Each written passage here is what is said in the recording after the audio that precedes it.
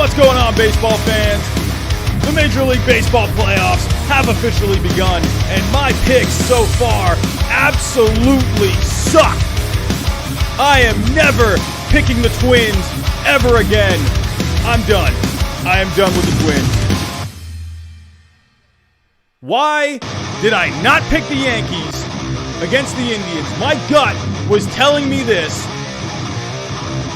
and oh boy, it is pissing me off.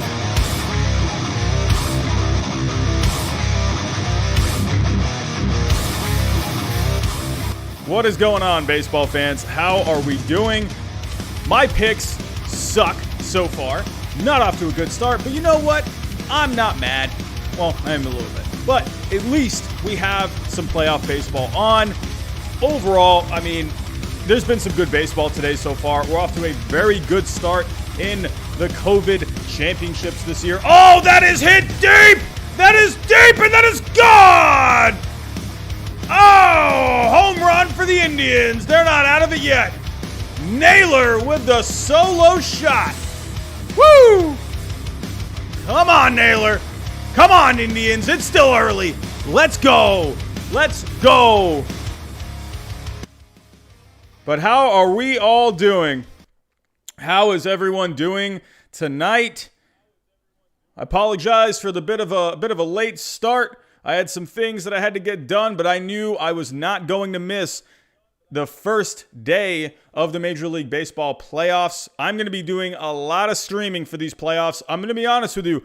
I'm going to try and stream every single night. That way we can at least watch a game together. We can do post-game, because by the time I get to it at nighttime, at least in the early going, we're going to have quite a few games done already, so we can do post-games, and we can also watch a game. So right now, I mean, we got a good, I mean, what a matchup. I mean, doesn't this seem to always happen every time you just have a phenomenal pitching matchup? One team just seems to just get a lot of hits off one guy, or both of the guys just seem to just give up everything on the planet. But right now, Garrett Cole, for the most part, has looked pretty good. This is why the Yankees brought Garrett Cole to New York. This is why he got just a massive contract, because of this. This is why they brought Garrett Cole to New York. And to be honest with you, I can't believe I doubted Garrett Cole and the Yankees. The Yankees came into this game knowing they were inconsistent this year, knowing they were very capable of playing some good baseball. And a lot of people were doubting this Yankees team. And even myself, I was starting to doubt this Yankees team. And I understand, it's only the bottom of the fourth right now. There's a lot that can happen here. But the fact that the Yankees got to Shane Bieber, that's what I said. I said, if the Yankees can just get to Shane Bieber, even if it was just a little bit, they got a guy that can go toe-to-toe with him. I mean, was Garrett Cole just kind of forgotten about this year? Garrett Cole was not really all that bad this year. I mean, he wasn't bad at all this year. He was very good. But Shane Bieber was just that good. I mean, it was kind of hard to go against Shane Bieber. But, I mean, in all honesty, when you really think about it, Bieber's never pitched in the postseason. He got knocked around by the Yankees last year. I think he got knocked out after like 2 innings. Very similar offense that he faced last year.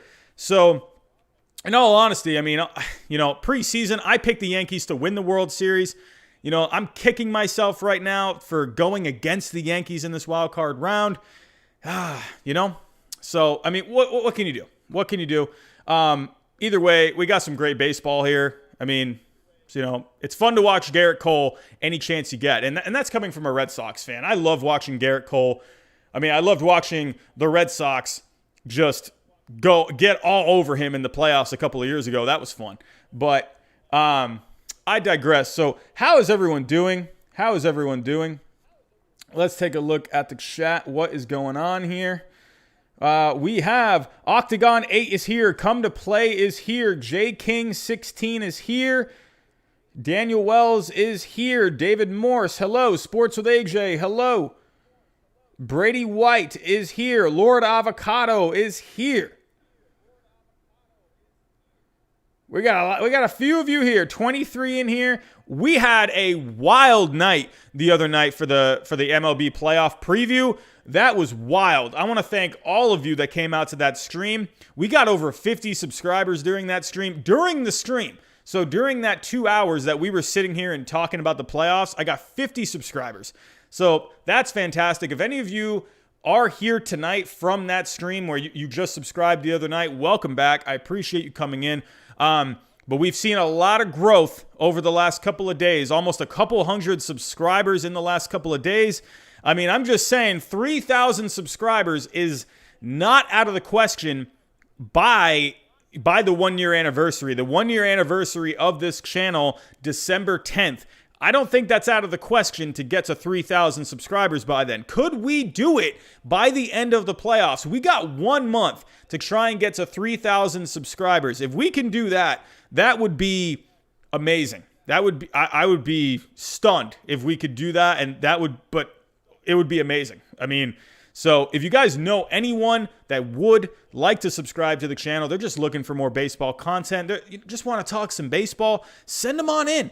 We're trying to grow over here. So while we are here tonight, just want to let you guys know the super chats are on. So if you did want to leave a donation, you are more than welcome to. If you do leave a donation, it will highlight your comment or question in the chat. There is a link. Let me see. Yes, there is a link to Streamlabs in the description below. If you want to leave a donation through there, if you do leave a comment through or a question through Streamlabs, it allows you to type a lot more. And if you leave a donation through Streamlabs, YouTube does not take any of that. YouTube takes 30% of all super chats, which blows my mind. So that's a lot. That's a lot. So if someone, let's say I got over $100 in donations, well, YouTube takes 30% of it. So anyway, just saying, the options are there. So, I randomly found this channel on the trade deadline live stream and I loved it. Thanks for the content. Hey, no problem, man.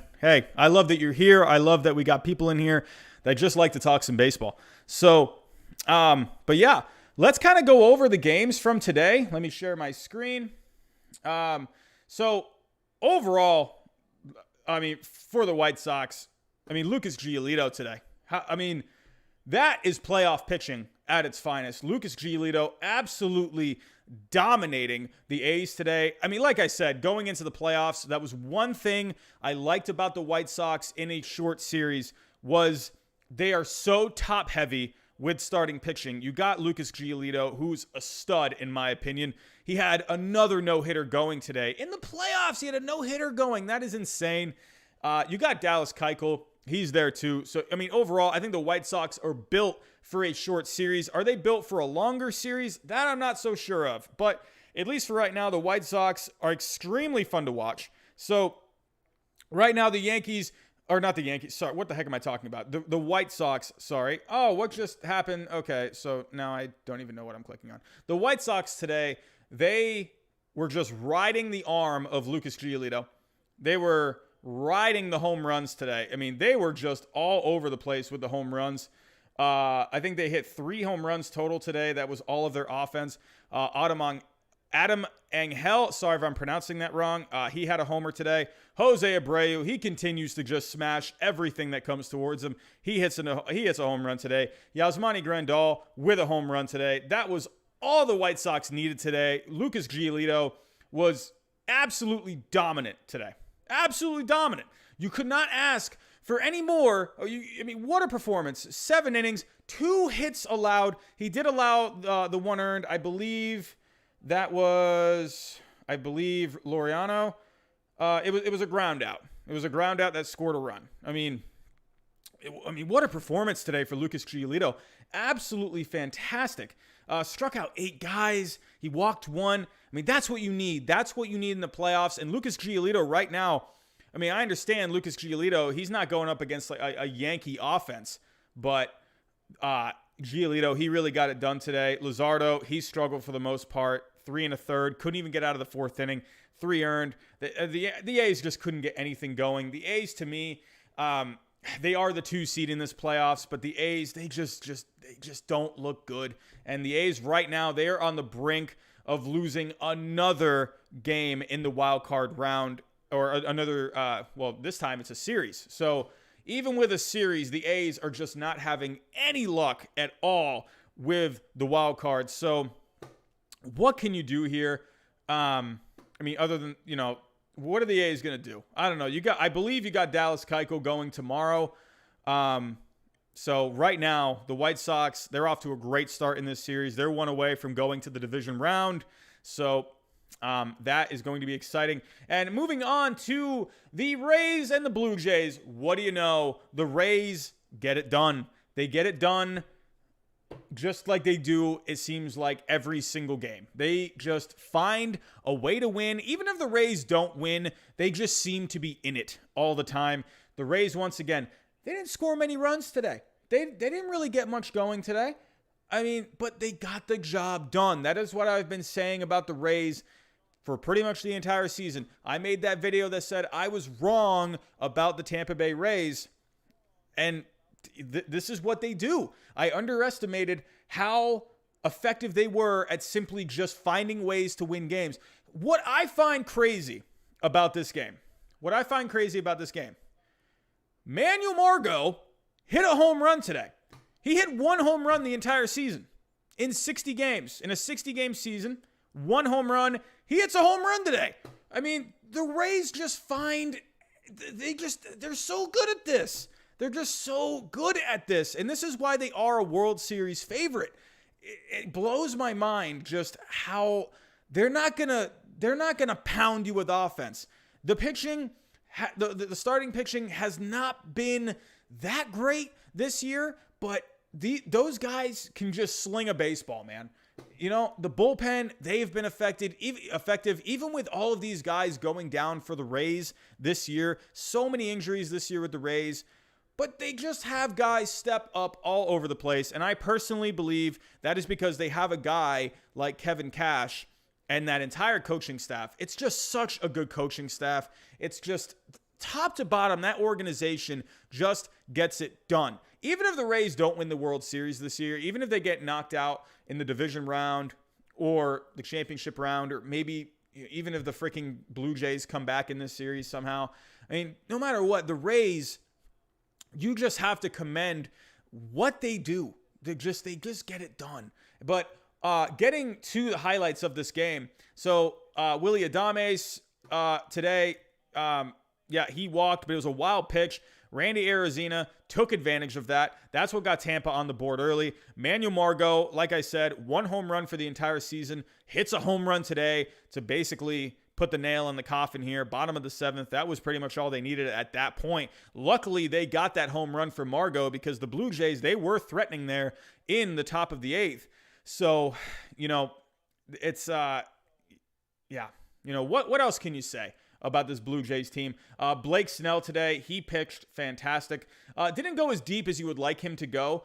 Surprisingly, he didn't throw too many pitches, 82 pitches today. He probably had some more pitches in him, but Kevin Cash just saw an opportunity to go to someone else, probably Castillo.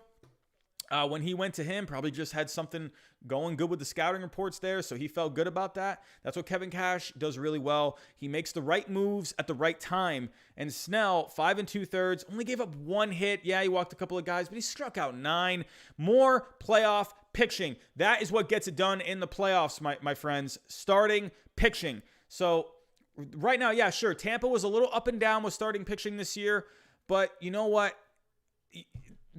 You get it when you get it done when it matters most. That is what counts. So Blake Snell today, very good. Bullpen, very good. Got a little shaky there. Got a little shaky in the 8th inning. So Nick Anderson, he had come on. He was trying to go for those 2 innings. He couldn't quite get out. He couldn't quite. Sorry. He did. Well, did he get? Yeah, he got through it. I apologize. But yeah, he gave up the run there and a couple of hits. So either way, Fairbanks came in. He got the save. A couple of strikeouts. So the Rays. What can you say? The Rays, I can't stand the Rays. They drive me freaking nuts because they kick my Red Sox ass every single time. And you know what? And they're taking care of business today. Hyun-Jin Ryu, did he start today?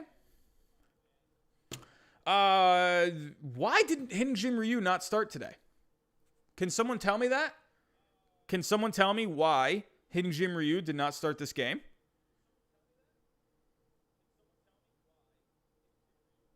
He's hurt? Starting tomorrow. Why would he not start game 1? Why wouldn't he start game 1? Why?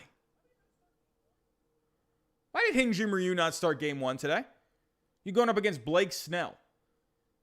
I mean, I don't know. I mean, it wasn't Shoemaker basically just opened the game.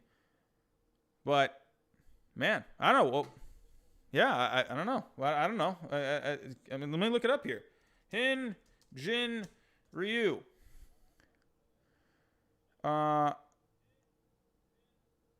So yeah, here's an article. Why aren't the Blue Jays starting ace Hyun-Jin Ryu in game 1?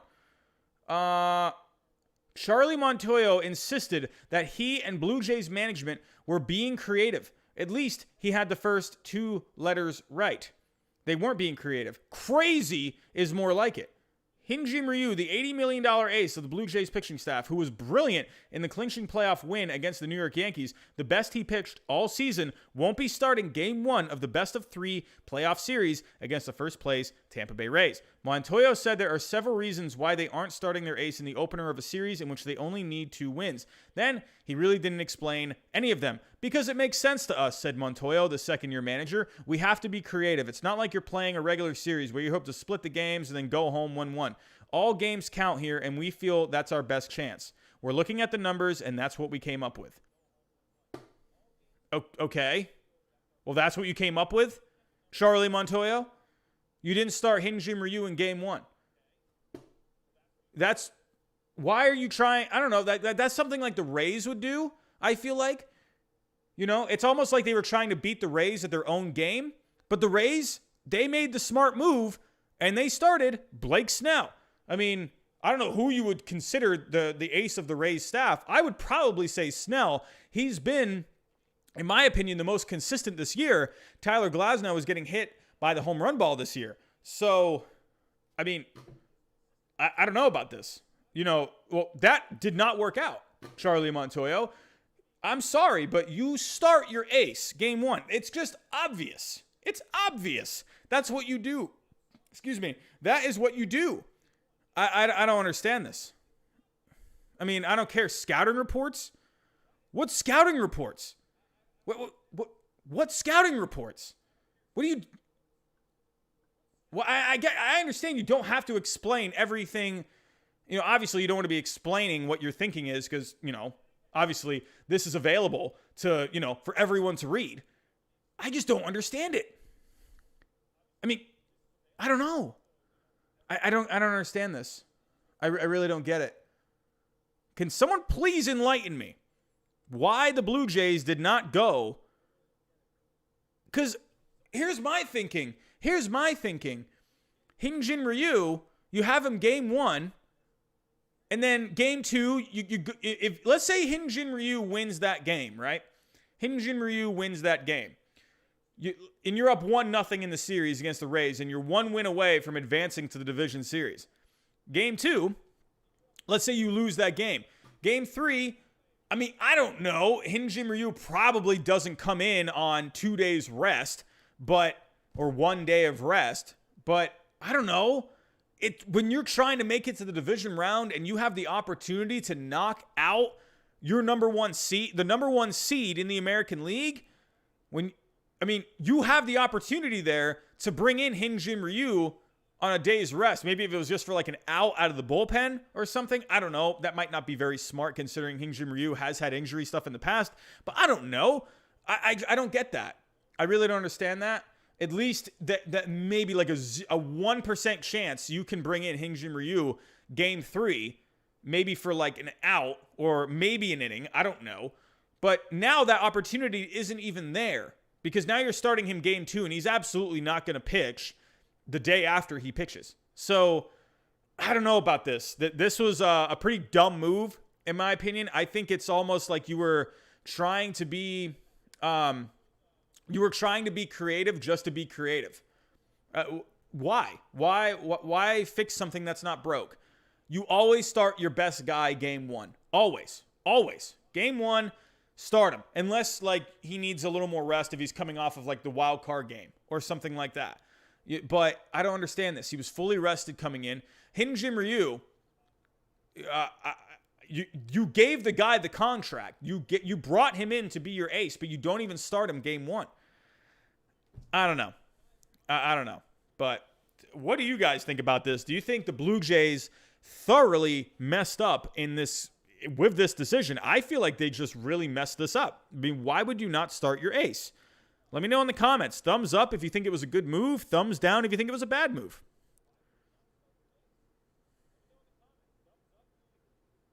April Mills, yes. Why would you not start your ace? I don't get it. Hicks is getting hot. Torres is going to get better. Gardner exists. Judge is not getting injured again. Stanton hit 59 homers not too long ago. I agree with you, Sports with AJ. And you know what, Sports with AJ? You know what? Right now, I apologize, my friend. You know me. I picked the Yankees to win the World Series preseason. And you know what? I got away from my gut there. I got away from my gut. And yes, Gleyber Torres has hit a home run. It is now 7-2 Yankees. The Yankees are in complete control of this game. I mean, what else is there to say here? The Yankees are just looking really good. That's what I said. I was talking to a really good buddy of mine, talking to him, saying if the Yankees just turn on a switch, they are going to do really good. And a lot of Yankee fans were very pessimistic coming into this series. Very pessimistic. All over the Twitters, a lot of pessimism among this Yankees team. And Joshua Kesserwan, what is going on, my friend? Welcome back. Haven't seen you in a little while. Welcome back. But yeah, with the Yankees, that team is just built for the playoffs. Built for the playoffs. They have the offense. They have enough starting pitching, in my personal opinion. I'm just saying, Yankee Sports Center, what is going on? How are we doing? But yeah, the Yankees, I don't know. I saw Bieber. I looked at, maybe I got too invested into the stats. To me, my gut was, you guys saw it. I was having a very hard time picking between the Yankees and the Indians. That to me, this was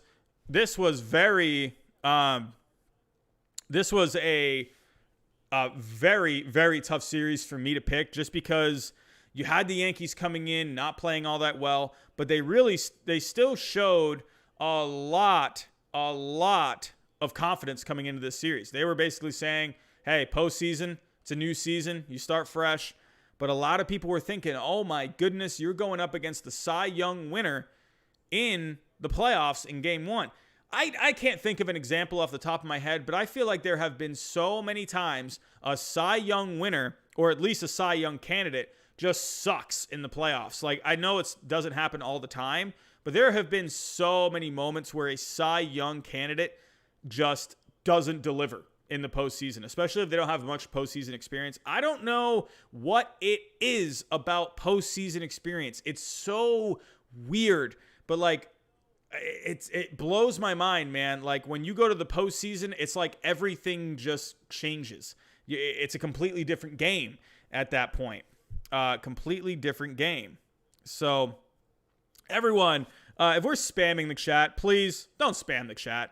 Come on, I'm getting a little tired of it right now. A little tired of it. Come on, we're talking some playoff baseball. I don't need any spam comments. So, but alrighty. So, let's kind of go over so far the box score with this game so far. Oh, and sorry, hold on. I completely forgot. Let's go over this game really just pissed me off. Like, how could I forget to almost talk about this game? I'm so, how do we do this? Game day. How do we do this? Oh, here we go. I don't understand it. I don't get it. Why can't the Minnesota Twins get it done in the postseason? I don't understand it. It blows my mind that the Twins can't win postseason baseball. I don't understand. I don't get it. I mean, Kenta Maeda, he just pitched his ass off today. I mean, a good start, 5 innings. You'd like him to go a little deeper. They made him throw a lot of pitches today, 91 pitches in 5 innings. But what is going on here? The bullpen, one of the better bullpens in baseball this year, you can't get it done. Like, what is going on?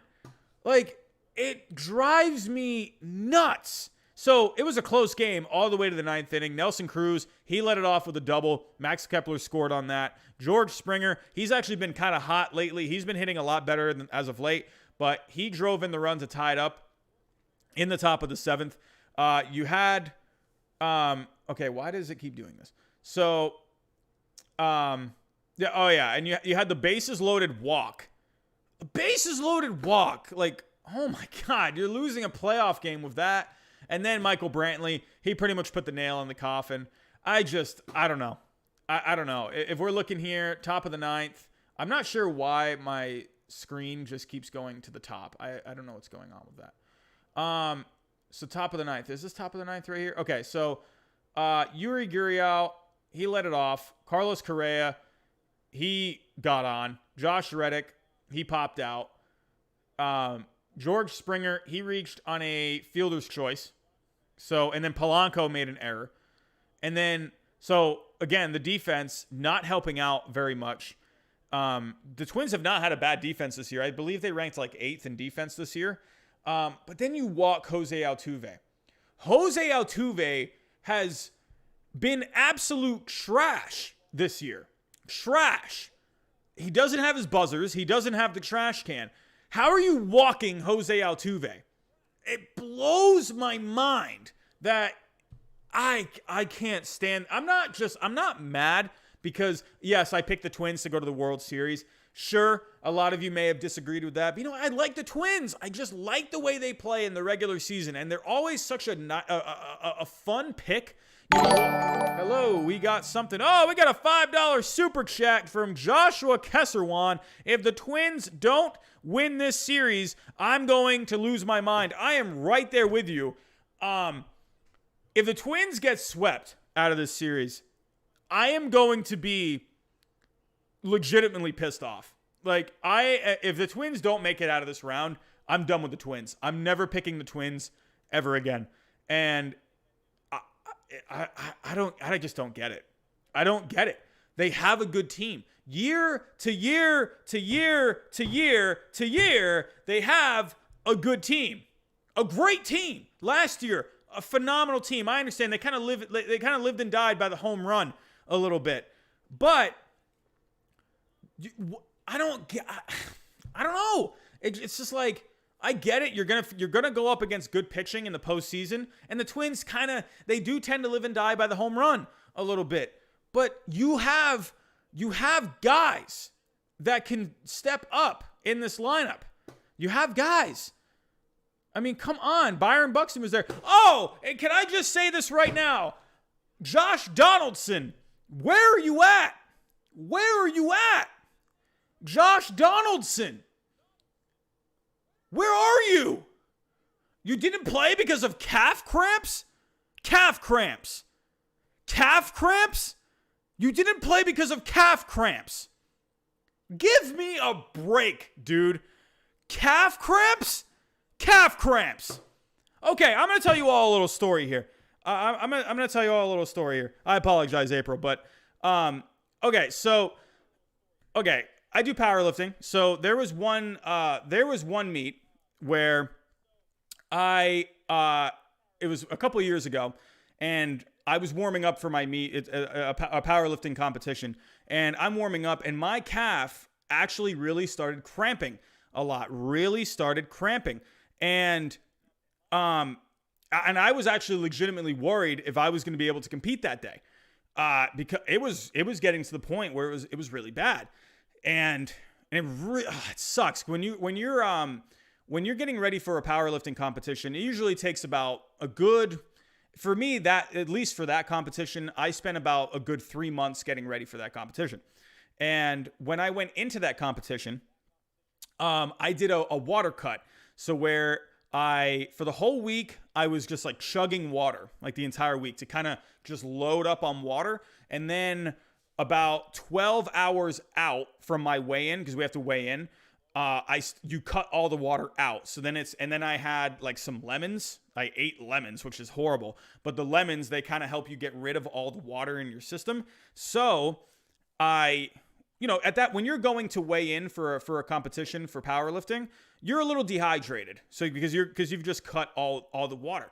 And at that point, I weighed in. I was good. I started warming up. I weighed in, chugged water. I was actually drinking a lot of Pedialyte. And so, yeah, a lot of Pedialyte, a lot of water as well.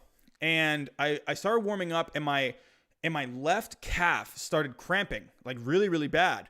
And I was actually getting a little worried. So here is what you do. If you ever have cramps, here's what you do. Keep chugging a lot of water and get sodium into your system.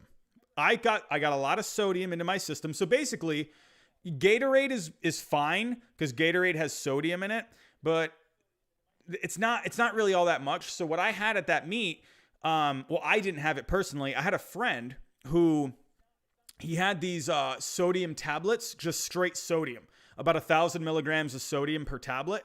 And I popped a couple of them, chugged water, and boom, I was better. Boom. That's all you have to do. That's what Gatorade is. So for those of you that don't know, the reason Gatorade helps you hydrate is because it has sodium in it.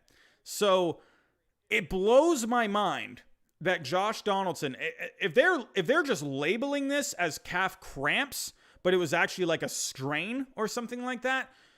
I mean, at that point, why wouldn't you just say it's a strain? Like he strained his calf, like he can't even run.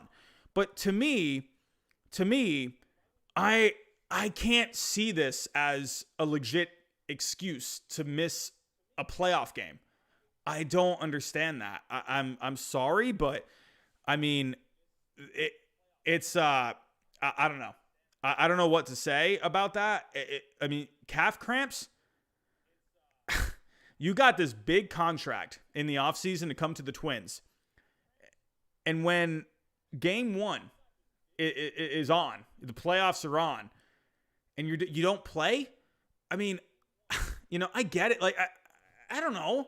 But, like, that's just, like, so many, it's to me, you're surrounded by people that work professionally with these athletes. And the fact that, like, it's just, when you're cramping, it's really not that hard to get over that, like, in a very quick amount of time. You just need sodium and a lot of water. Maybe a banana as well. Get some potassium in you.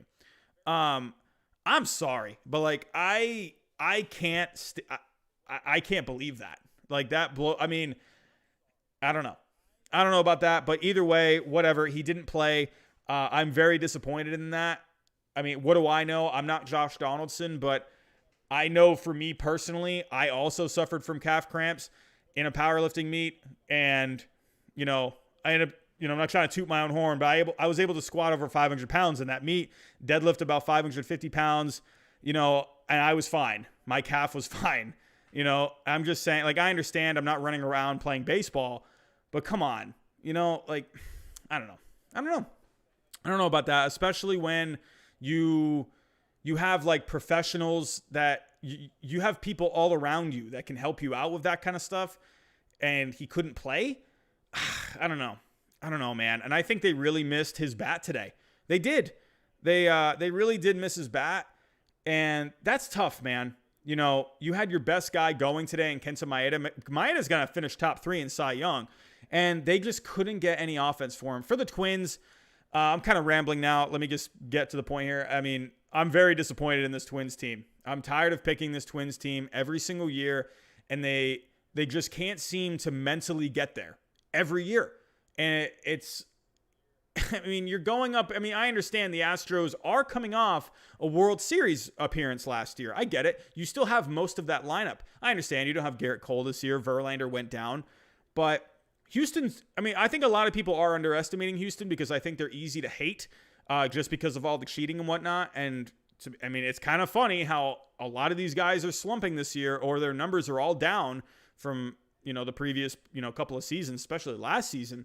The Houston Astros team is very good. And Zach Greinke, don't get me wrong, Zach Greinke is very good. If you go look at Zach Greinke today, he only pitched 4 innings. I mean, but he only gave up a run. So it looked like Zach Greinke today, he threw about 80 pitches, but they had Framber Valdez come in today, and he just did fantastic.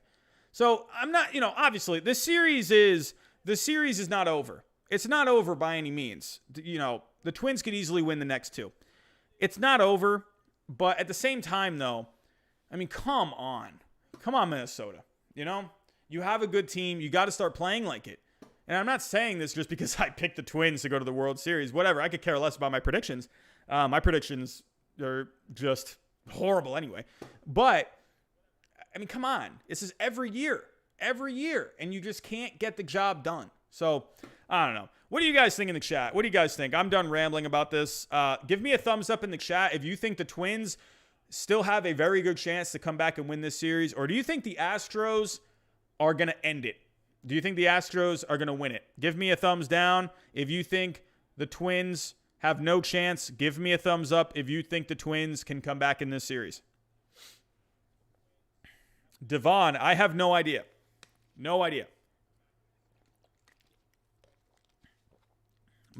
Lord Avocado, no way. Hunter Boss, thumbs down. Drip, thumbs up. Patrick is still believing in the Twins. I still want to believe in the Twins too. Still want to believe in the Twins. You know, I mean, I don't know. What can you do? What can you do?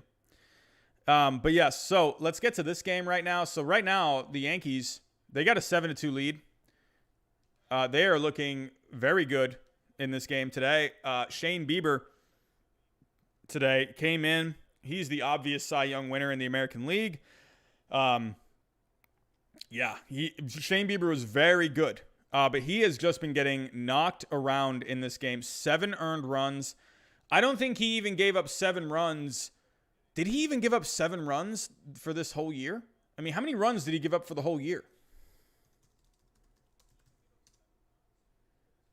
How many runs did he give up this year? He gave up 14 runs. 14 earned runs the whole year, and he gave up half of them in this game.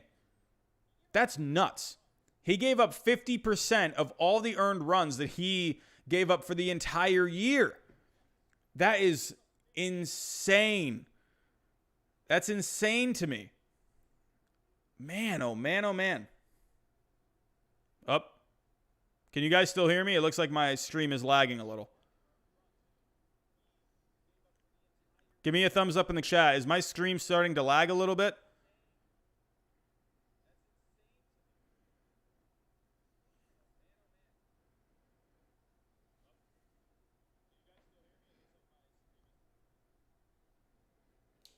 Okay, it looks like we're good. We're good. Okay. Yeah, sorry everyone. My stream kind of was lagging there for a second. Good. All right, but yeah, Shane Bieber, this was not the start that I think everyone in the baseball world envisioned.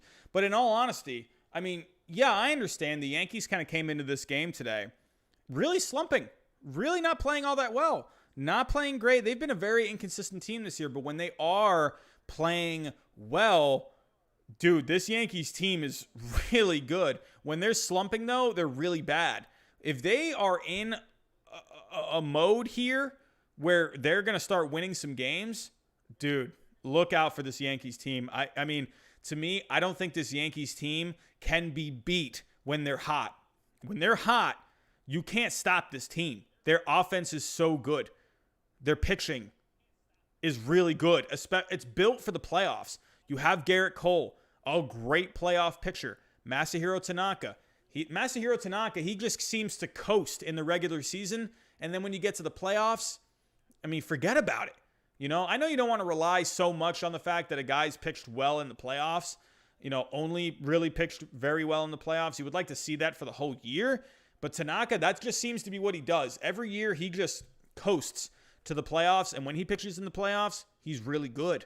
So when you got Garrett Cole and Tanaka for games 1 and 2, and honestly, look out for a guy like J.A. Happ. I mean, you know, J.A. Happ has really not been all that bad this year. So, you know, he was having those issues a little bit in the beginning where earlier on in the season where he wasn't very happy about his playing time. You know, he was getting some starts missed, but there's a certain clause in his contract when he hits a certain amount of innings. I believe that he gets an option that vests or whatever, but I guess he wasn't on pace to hit that mark.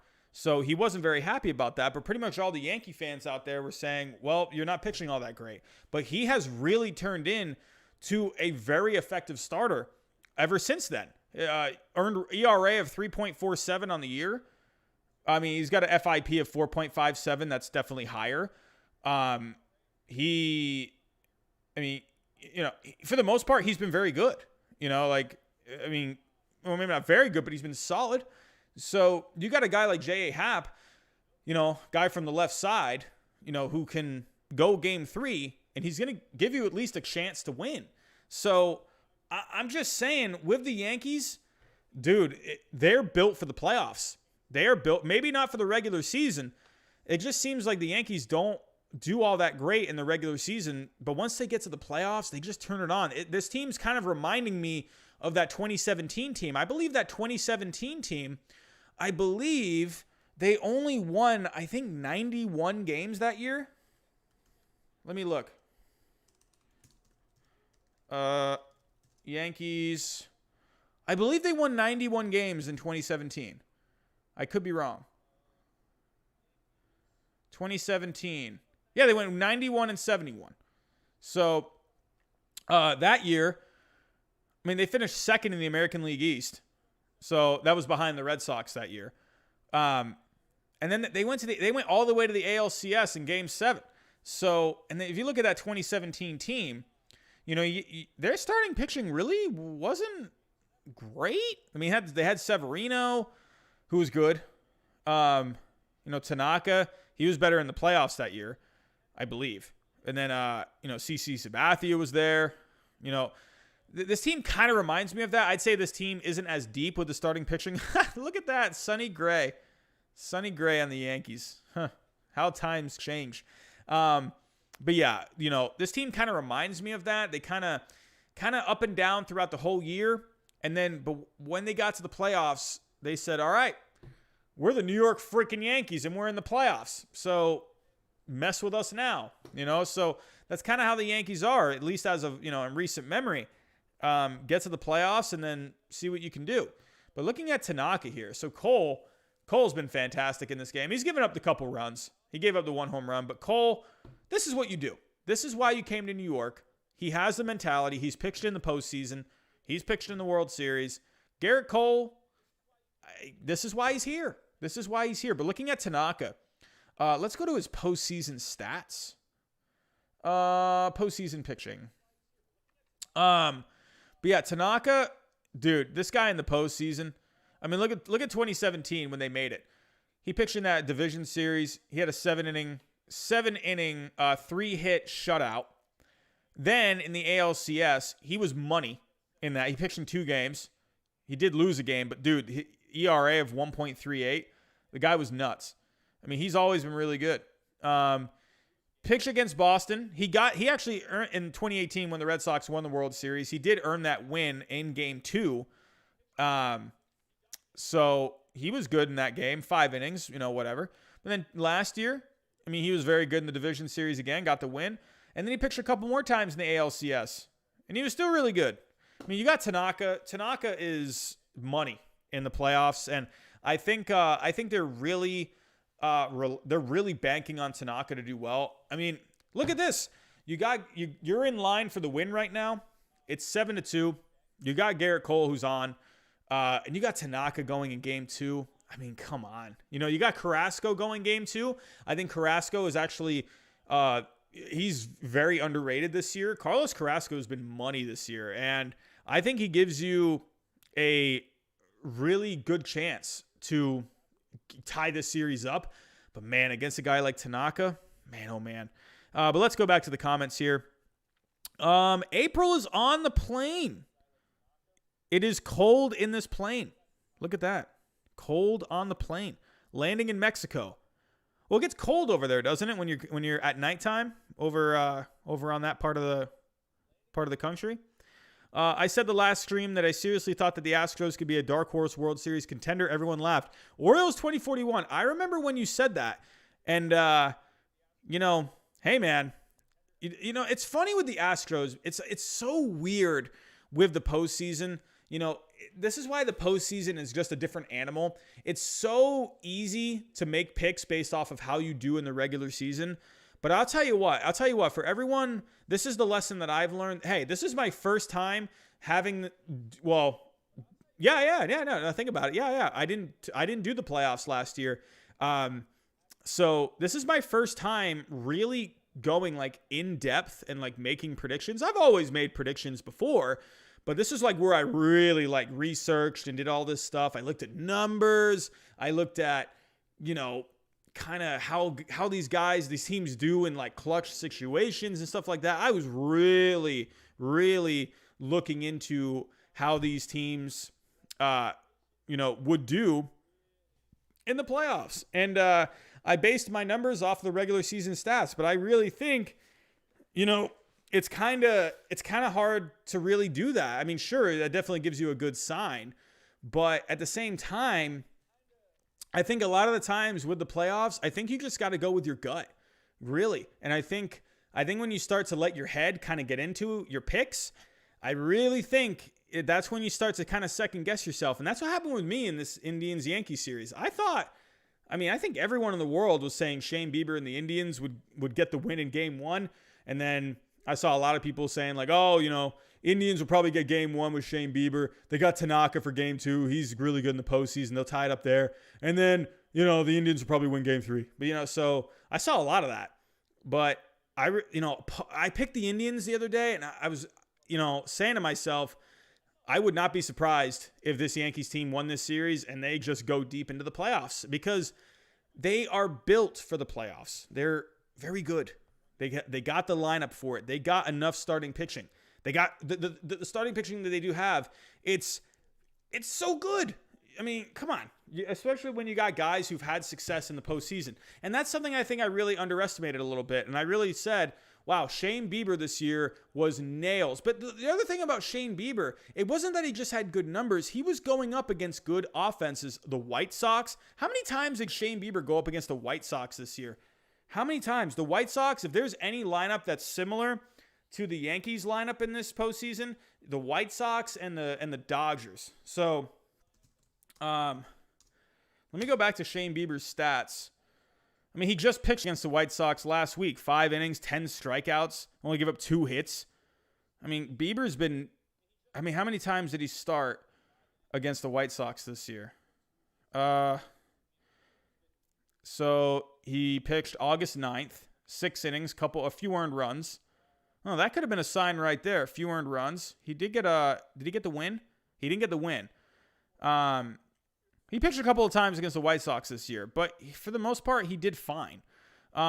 He went up. Let's see kind of what teams he went up. He went up against Minnesota. Minnesota, whatever. I just kind of went on a rant about Minnesota, but Minnesota does have a good offense. I mean, but he had 13 strikeouts against them. I mean, he had 10 strikeouts against them here. I mean, he had 8 strikeouts against them here. Had a loss in that game, but he pitched pretty well for the most part. But he also did go up against a lot of weaker teams. If you look at the teams that he went up against the Royals in that first game. That's when everyone was losing their mind because he struck out 14 in the 6 innings. He went up against Cincinnati, who at the time, they were playing very cold. Went up against Detroit, Pittsburgh, the Royals again, the Brewers, who have a terrible offense, Detroit again. I mean, Bieber, honestly, I would have liked to see how Bieber would have done against like other teams, like the Braves, even the Cubs, teams like that.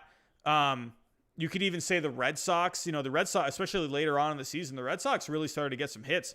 Sorry if that sounds a little biased, but it is true. The Red Sox are playing well towards the end of the season. And they got some decent bats in that lineup. But I would have liked to have seen Bieber, I think, go up against some more offenses a little bit because he just stayed in the Central. I mean, how many times did he go against the Royals? 1, 2 times against the Royals. I mean, you went up against the worst team in baseball, the Pirates. I mean, the Tigers were kind of in it for a couple weeks, but overall, the Tigers just aren't a great team. He went up against the Tigers 1, 2 times. He went up against the Brewers. Come on, the Brewers have like one of the worst offenses in baseball. They are very lucky that they got in. Bieber, I'm not taking anything away from Bieber. He was nasty this year, but he really did go up against a lot of weaker teams. And I think that was kind of overlooked a little bit. Whoa,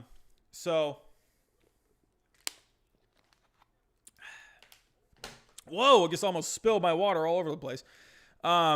But yeah, drip. Judge, man. I mean, it seems like years ago where Judge in the beginning of the series. Remember when Judge was just going off in the beginning of the year? And everyone was saying, like, Judge is the face of baseball. He's the next superstar. And then he started having all these injuries, and then you just never heard about Aaron Judge ever again. I at least think the Indians can actually hit. Yes. I think the Indians, they can get some runs across here. They can do it.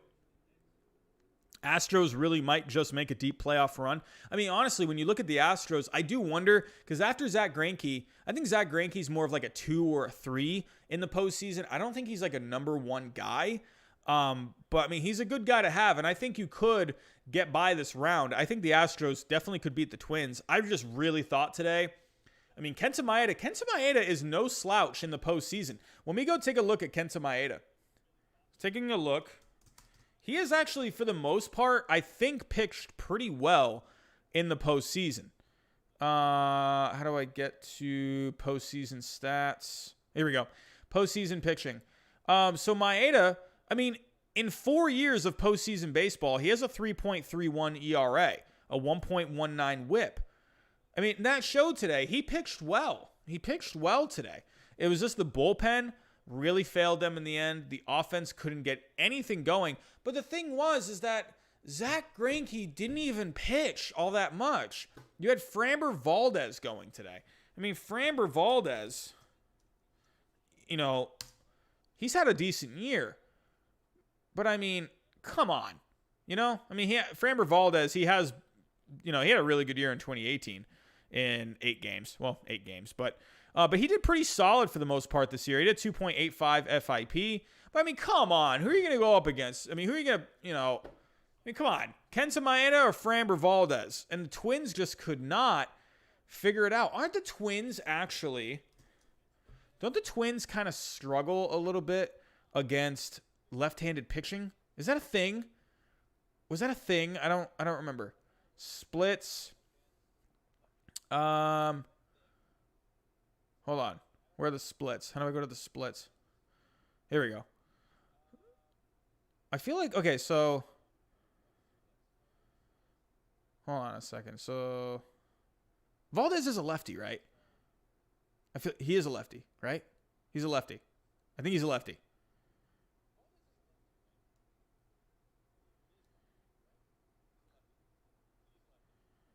Valdez. Yeah, he's a lefty. Okay. I was second guessing myself there. But okay, so on the year, versus left-handed pitching, yeah, they didn't really, I mean, they did better against right-handed pitching. Not great, honestly, for this year. I mean, they had an overall as a team, they hit 242. Not that great. Either way, they still had some guys. I mean, they had Josh Donaldson out for a lot of this season. But yeah, left-handed pitching, they definitely did worse against. They had a much lower OPS, 658 OPS. So they're definitely better against right-handed pitching. So that definitely came into play today, I think. I mean, they had a lot less at-bats than against right-handers. But yeah, far less home runs. I mean, even I know they faced more. They had about 3 times as many plate appearances. But, I mean, 14 home runs, only in 583. So that's an average of, hold on.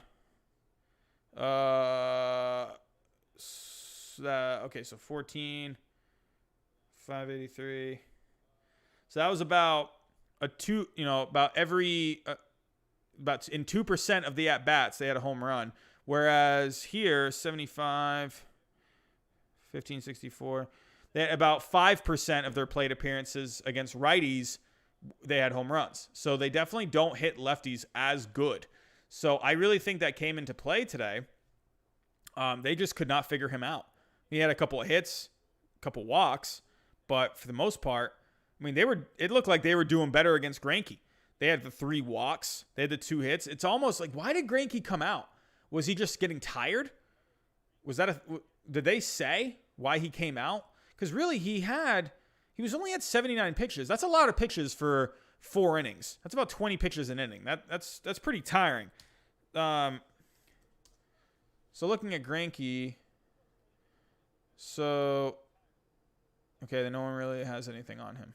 Either way, but yeah, I don't know. At least to me, was he injured today? Like, can anyone confirm? Can anyone confirm if Greinke came out with an injury today? I don't think he was injured. Was he injured? I'm looking for some news.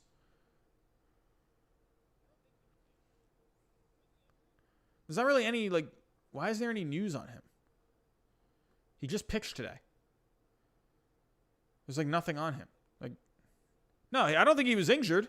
If he was injured, there'd be, like, stuff popping up. I think the Astros just took him out of the game.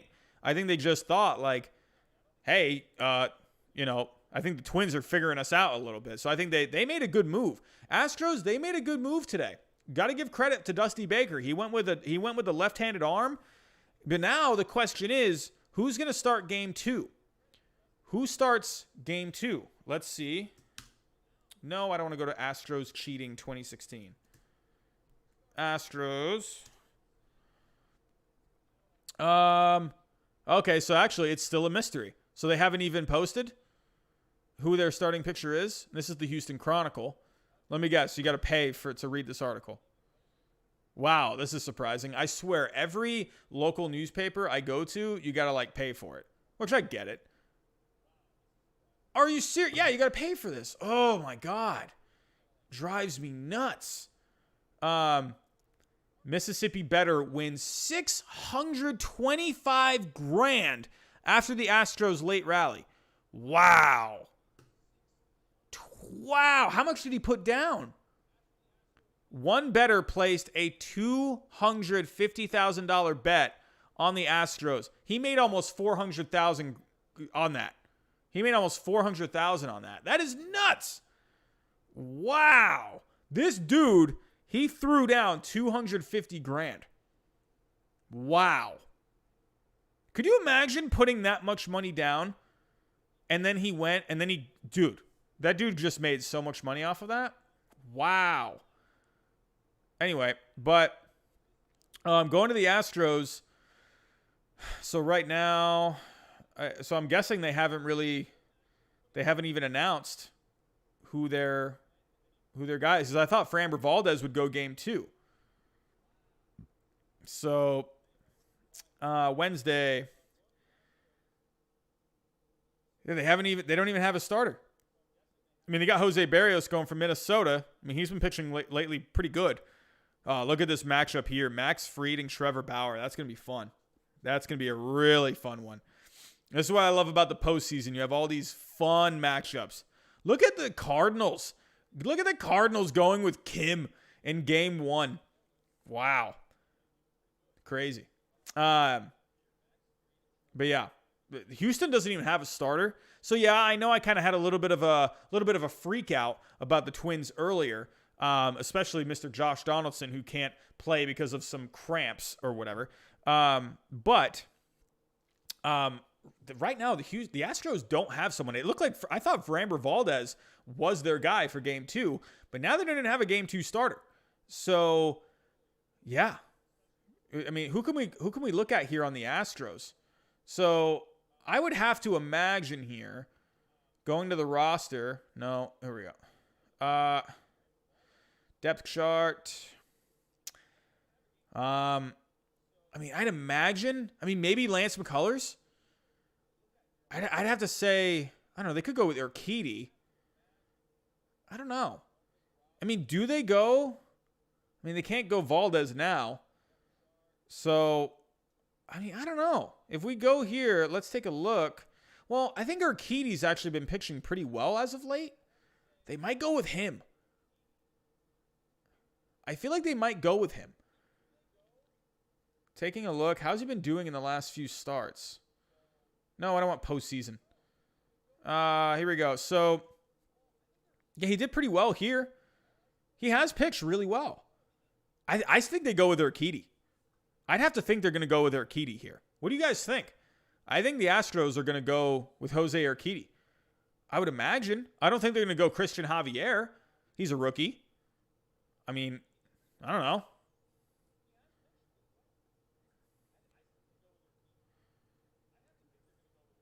What are you guys thinking here?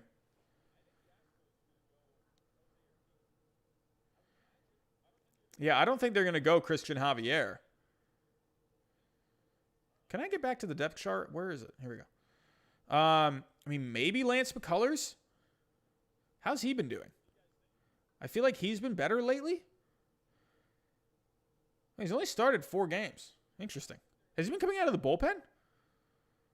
Game logs, regular season. No, he's been starting. So he had 4 innings. I mean, even Lance McCullers Jr. has been pretty good lately. I have a feeling they're going to go Urquidy. He's been looking very good. That's my guess. I think they're going to go Urquidy in game 2. I mean, I could be wrong. I'd say you can go with either one of these guys. I mean, I don't know. Do the Astros want to just... I mean, obviously the Astros want to win tomorrow, but like, I don't know. I think you can go with either one of these guys. So, but yeah. Let's take a look here. Yankees, by the way, I'm so sorry, everyone. I know we're watching the Yankees and Indians right now, but the Yankees are piling on runs. They piled on 4 more runs here in the 7th inning. This is why I should not be putting my TV on mute. Every time I put my TV on mute, I just miss everything going on. But let's kind of recap that last inning. So the Yankees just put up a lot of runs in that inning. So how did they get all these? Urshela sacrifice fly, made it 8-2. Gleyber Torres, he singled in Luke Voit. And then, wow, I missed the Brett Gardner homer. Wow, I suck. I'm sorry, everyone. Yeah. So the Yankees right now are just dominating. They're dominating. Sports with AJ has to be running around in his house right now, just screaming at the top of his lungs. It has to be. Sports with AJ, can you please confirm? Are you just screaming in your house right now? You have to be going nuts at the moment. Have to be going nuts. I mean, I hate to say this, yeah, I mean, as of right now, I don't see the Indians coming back in this series. I really, James Scott too. Yes, James Scott, you're probably freaking out right now. My mom told me to shut up because I was so loud. That's funny. I remember when the Red Sox won the World Series in 2004. My mom was like actually worried because I was like screaming at the top of my lungs. Like I was going nuts. My mom doesn't know anything about baseball and she just had like no idea what was going on. So, but yeah. So yeah, James Scott, you got to be feeling pretty good. Yankees doing pretty good. I should not have doubted the Yankees. I mean, all of you know, I picked the Yankees preseason.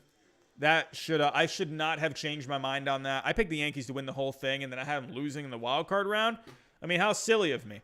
How silly. But you know what? I took a chance, and I went for it. I went for the Indians. I'd have to say the whole time, my gut was saying Yankees, just because, like, I wasn't sure what Bieber was going to do. I mean, no one's sure what anyone's going to do, right? But when it comes to postseason, Garrett Cole has the track record. Shane Bieber does not. But I figured this year, like out of any year, I mean, how different is this postseason going to be? You have no fans, right? You're not playing on the road. You're not having to deal with any booing. You're not having to deal with any of the fans, right? It's just cardboard cutouts in the stands. So, I don't know. It's definitely looking really good for the Yankees right now. It's 11-2, bottom of the 7th. I mean, they're just kicking some butt right now, man.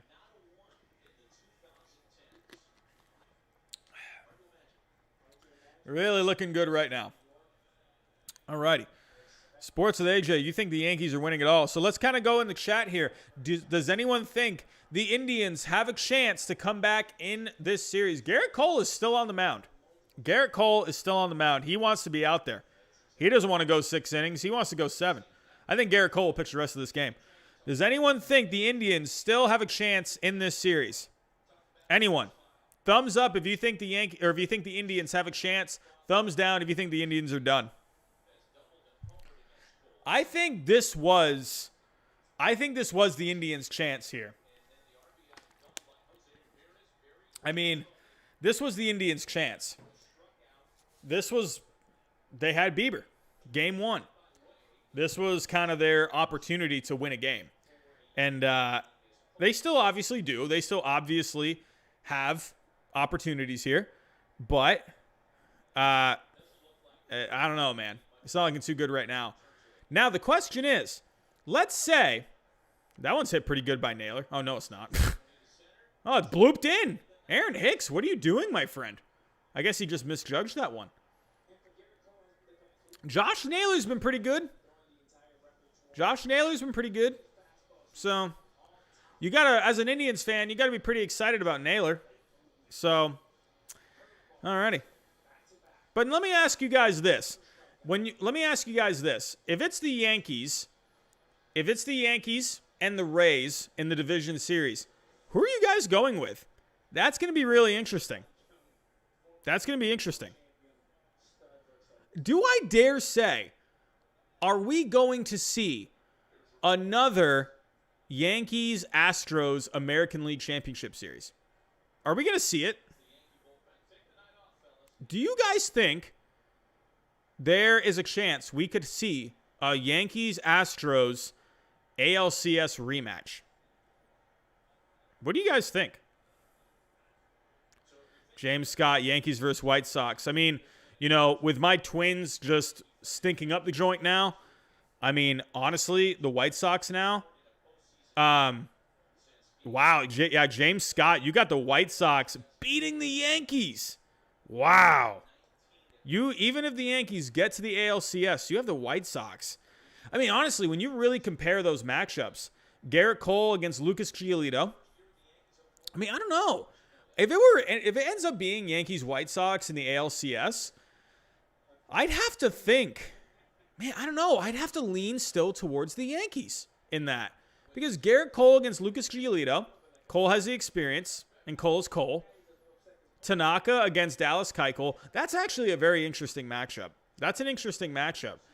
But I'd still have to give the edge to Tanaka. I mean, the Yankees have done pretty good against left-handed pitching, I think.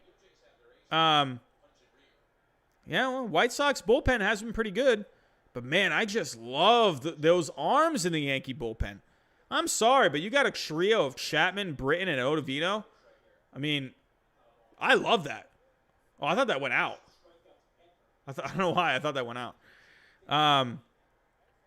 But honestly, let's just imagine that the Yankees and the Astros meet up again in the American League Championship Series. I mean, that's fun. What a story. When you're looking for a story, that is very fun. You got the Yankees, who were cheated in 2017. They were cheated out of a World Series appearance in 2017. A lot of people think the Astros cheated again last year with the buzzers.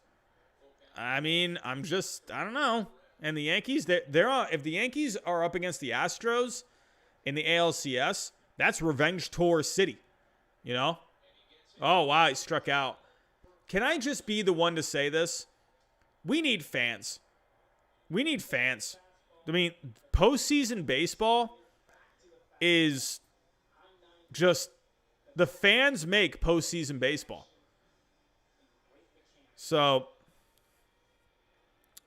April, yeah, sure. We can talk about the National League. Nick, what's going on? Ask away, my friend. Sox today was sad, too quiet. Yeah, Drew, man. Like, oh my God. I don't understand. I don't get it, because if the NFL, if a lot of teams are allowing fans to come in and watch games, why can't fans come into postseason? I mean, I don't know. Why? I mean, dude, you have these massive stadiums. Why don't you just allow 10% capacity? You can have it spread out. God, at least you'd have to imagine if you let's say 10,000 fans can come in. That's pretty spread out, if you ask me. Like, let's say Progressive Field. What is the capacity of Progressive Field?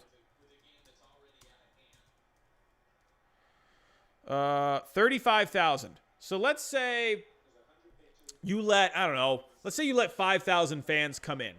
5,000 fans. You would have to think 5,000 fans, they would be the loudest they would be. You'd have to imagine that. But yeah, 2K Park GOAT. I miss the fans in the postseason. It's awful. I mean, you had Garrett Cole just get a strikeout right there. Even these announcers. Wow. Whoa, that was a bit of a call there. Wow, look at God though. 13th strikeout. Garrett Cole is on his game tonight. Little inside, but hey, he framed that really well. Garrett Cole is on his game tonight.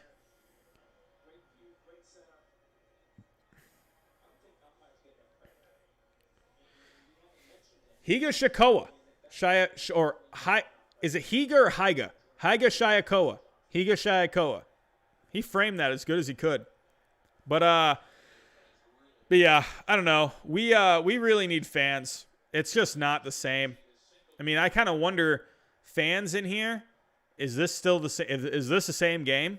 You know, Indians that have maybe some adrenaline going, you know?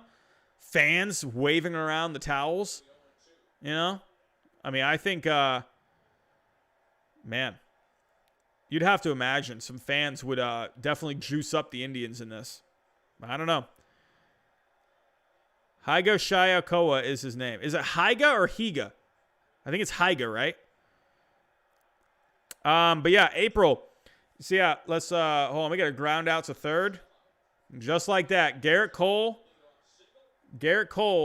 105 pitches on the night. You'd have to think that's going to be it for Garrett Cole tonight. 7 innings in his Yankees postseason debut. Garrett Cole, I mean, the offense really helped him out tonight. They really backed him up. But Garrett Cole pitched like he was supposed to for the Yankees. So, speaking of pitching, April, let's talk about the Braves and the Reds. This is going to be a very interesting matchup tomorrow. Very interesting matchup. You got Max Fried against Trevor Bauer. So, I mean, let's take a look here. Taking a look at Max Fried on the year. Taking a look. 7-0 on the year, a 2.25 ERA. How was that FIP?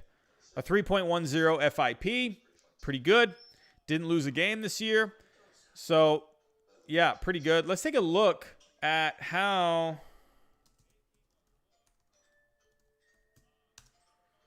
no, I don't Reds splits. I want Reds splits.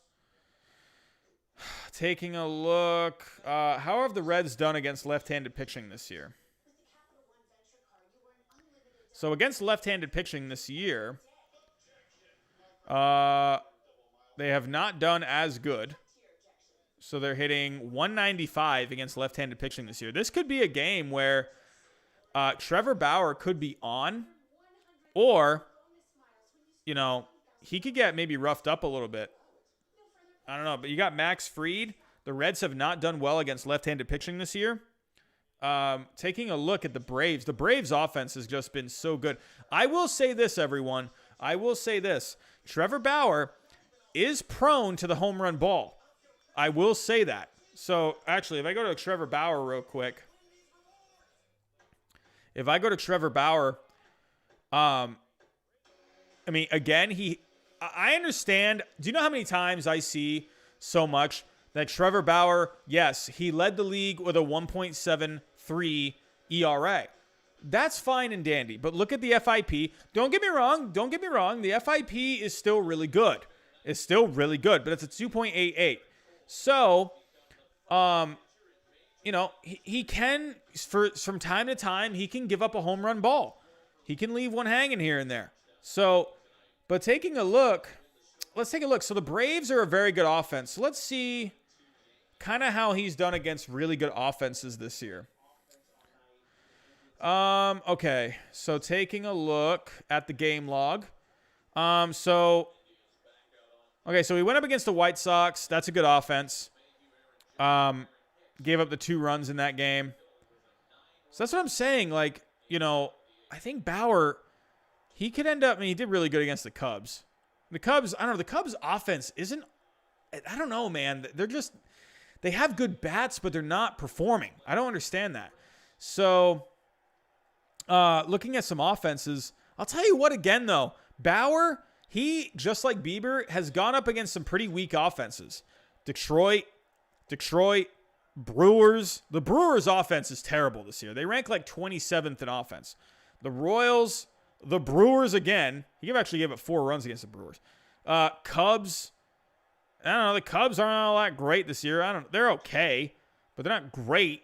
Bauer, dude. I mean, come on. You've had him go up against the Pirates twice, the Brewers twice, the Tigers twice. Who has Bauer even faced? He faced the White Sox. I'm just saying, everyone. I don't know. Trevor Bauer might get hit around tomorrow. I might actually want to lean towards the Braves tomorrow. I might. Max Fried, the Reds, the Reds offense is playing better as of late. Or they're hitting better as of late. But they're going up against Max Fried, who hasn't lost a game this year. And he's a lefty. And the Reds have just not done very good against left-handed pitching. So I'm just saying, don't be surprised tomorrow if Bauer gets roughed up a little bit. That Braves offense is no joke. And I will say this, I did pick the Reds to win that series, but my gut is like, I've been kind of hating on the Braves this year. I have, because they just have no starting pitching. But look at what the Braves have done this year.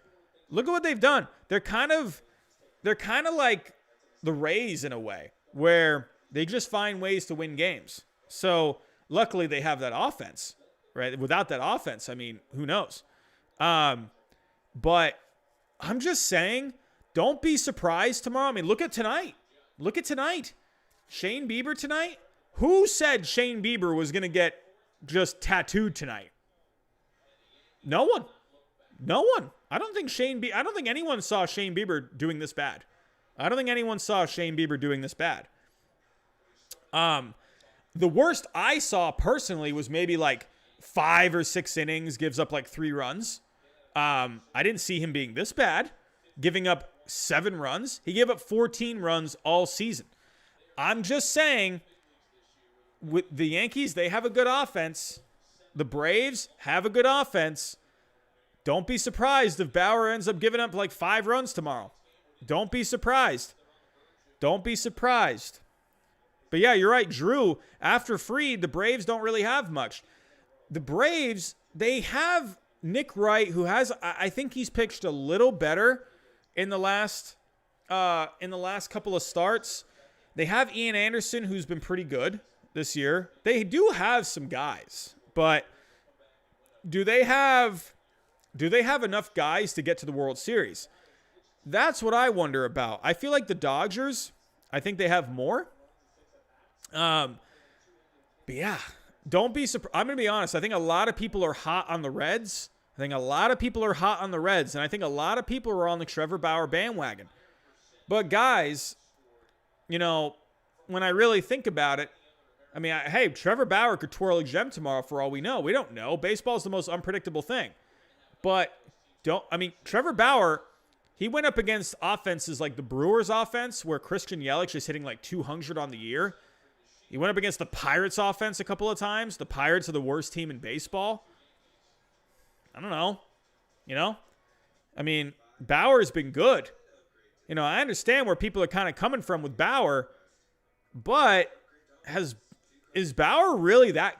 I'm not trying to hate on Bauer here, but the fact that he's gone up against the Pirates twice and the Brewers twice, along with the Tigers a couple of times, he went up against a really good offense like one time. He went up against the Cubs a couple of times, but the Cubs, they're not really like a great offense. They have some guys, but they're not like, top of the totem pole offense like the Braves. He went up against one good offense with the White Sox. One. And he gave up a few runs, and I believe he got the loss in that, right? Did he get the loss? Yeah, he got the loss. So, am I missing some starts here? I know didn't he pitch. I feel like didn't he pitch again after this? I thought he pitched again. Didn't he pitch after this? He only made 10 starts? No, he pitched another game. Why won't it let me scroll down? Where's his 10th start? Who was the game he pitched? Oh, Jacob, how is that debate going? How is that debate going? I forgot about the debate. Really? Good for Biden. Interesting. Boring? Really? I thought that would be like really entertaining. Hey, Robbie, can you check out the Mets roster and tell me how they found a way to tie for last place? So, all right, let's go take a look at the Mets. I'll take a quick look at the Mets. I mean, the Mets, again, they just can't seem to keep it together. Taking a look at the Mets. I mean, you had, Conforto had a good year. 412 on base. Brandon Nimmo was pretty good this year. I don't know. I mean, DeGrom was DeGrom. They had no pitching. I mean, Porcello, he had a 3.33 FIP, but 5.64 ERA. 1-7 on the year. I don't know. They had no pitching. Bullpen was inconsistent. They had Dylan Betances for how many games? 15. But he was not any good. The Mets just don't have enough pitching. So, I mean, you can't have DeGrom just do it all, right? But, yeah, I'm going to say that right now. I'm going to say, with Bauer, I mean, we got Luis Cessa on the mound for the Yankees. Luis Cessa is on the mound. The Indians are trying to find something here, but they're quickly running out of time. Luis Cessa has been pretty good this year. Going to Luis Cessa. But getting back to Bauer, I understand where people are coming from with the Cy Young Award. I don't know. I mean, yes, he led the league in ERA. Can I just say this one time? I'm not trying to sound like an analytical kind of a nerd, but I personally think FIP is better than ERA. ERA is fine and dandy, and I know it's a lot more simple to look at, but FIP, I personally think, is just better to look at than ERA. It takes into consideration things that a pitcher can control.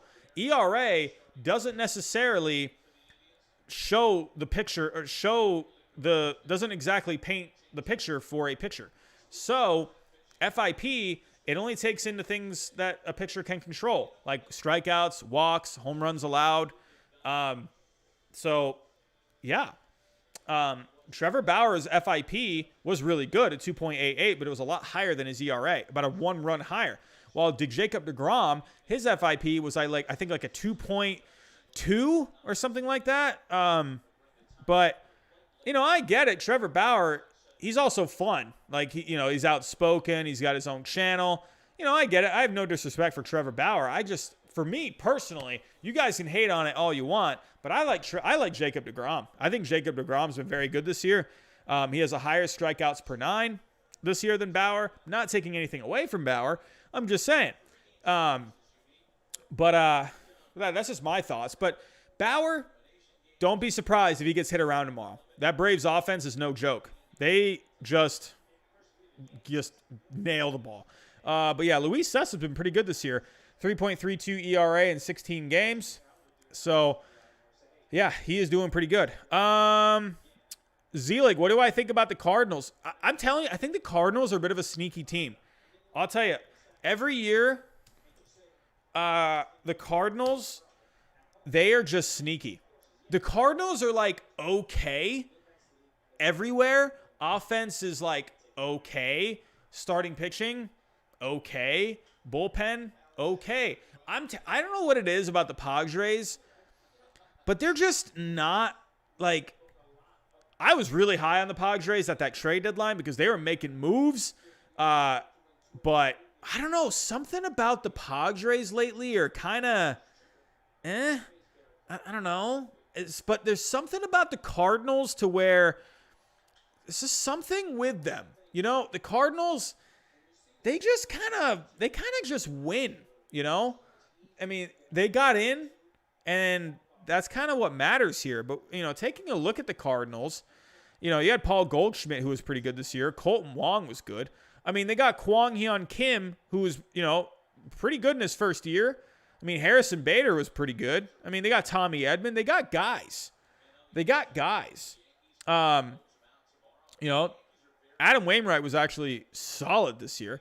But taking a look, I mean, this Cardinals offense right now, I mean, Paul Goldschmidt's having a year, 304 batting average, 417 on base, an 883 OPS overall. That's pretty solid. You'd like to maybe see a few more home runs out of him.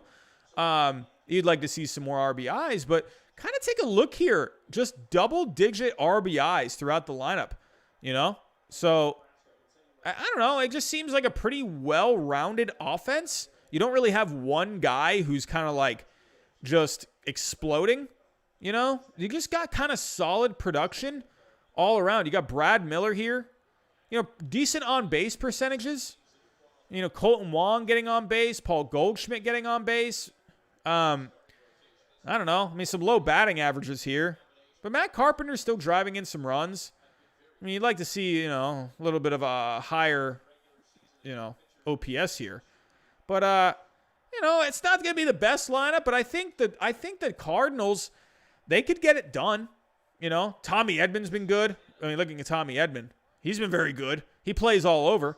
He's got a 3, I mean, I know that OPS is a little low, but I like Tommy Edman a lot. So Dylan Carlson's actually been hitting a lot better as of late. The Cardinals offense, they won't blow you away, but, they got some guys who can just put together good at-bats, just quality at-bats. That's what I like about the Cardinals. But then you look at the pitching, they got some guys here. Adam Wainwright's had a good year. FIP is a little higher, but whatever. Adam Wainwright, he's been balling this year. 3.15 ERA, 10 starts. He's won 5 out of those 10 starts. Jack Flaherty's pitching a lot better lately. Kwang Hyun Kim, he's got a 1.62 ERA. Look at that FIP, though. Much higher FIP. I'm just saying, they got Kim going game 1. I mean, I'm going to be honest here. Don't be surprised if the Cardinals kind of shock the Padres here. I think a lot of people are high on the Padres. If Giraffe Neck Mark, he picked the Padres and the Rays to go to the World Series. I don't know. I'm just saying the Padres, they have a good team, but I wonder, this Cardinals team is pretty sneaky. They're pretty sneaky. They got some decent arms in the bullpen. Look at this bullpen. Andrew Miller's having a decent year. John Gant's decent. Gallegos, he's doing pretty good. Look at that FIP, 2.06, much lower than the ERA. I mean, they got some guys. I'm going to be honest with you. I don't know. I'm almost kind of regretting picking the Padres. I think I was kind of sipping that Padres Kool-Aid a little too much. So, yeah. Robbie, what is your opinion on the expanded playoffs? So, I don't know. I think a lot of people don't like it, just because, you got a lot of these like lower record teams getting in. But I mean, I don't know. I kind of like it, honestly, at least for this year. I just like more teams. I think it's fun. I don't know. I just like more baseball. I don't think it's very very wrong to just want more teams in the playoffs. I don't know. It's more baseball. That's fun to me. I like baseball. Give me more baseball. I understand though, but I get it. You want the playoffs to kind of be more prestigious in a way. You don't want all these like kind of these teams getting in with all these pretty bad records. I get it. I understand it. But yeah, that's kind of where I'm at with the expanded playoffs. Honestly, if I think it's needed for this year. I think it's too short of a season. I think you needed the expanded playoffs. There's no fans, so at least without the fans make it fun. The fans, like the how loud a stadium gets is so exciting to me. Like when a guy hits a home run, when you got a guy that hits a walk-off home run and the stadium just explodes, I'll say this, going to a baseball game and, you know, having your team just play well in their home ballpark, man, it's so fun. Like I remember going to Fenway, you know, a few times now, and just so fun, you know, like singing Sweet Caroline and stuff at the game, you know, in the, you know, 7th inning. It's a blast. It's just so fun, you know. I love it. I love it, man. That's what makes baseball great, is people that love to go to the games. They're so passionate, right? You know, just like all sports, but there's just something different about baseball. You know, I think baseball, a big part of it is the fans. But with no fans, I'm glad at least we have a different format for the playoffs. At least it's different. It gets us something. It gets us excited for something. You know.